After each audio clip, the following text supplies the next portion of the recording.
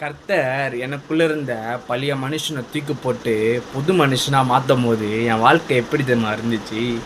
புதுசா புத்தம் புதுசா என் வாழ்க்கை மாறிடுச்சு. புதுசா புத்தம் புதுசா இந்த உலகமே மாறிடுச்சு.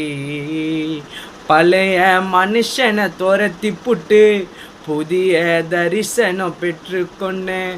பழைய மனுஷனை துரத்தி புட்டு புதிய தரிசனம் பெற்றுக்கொண்டேன்.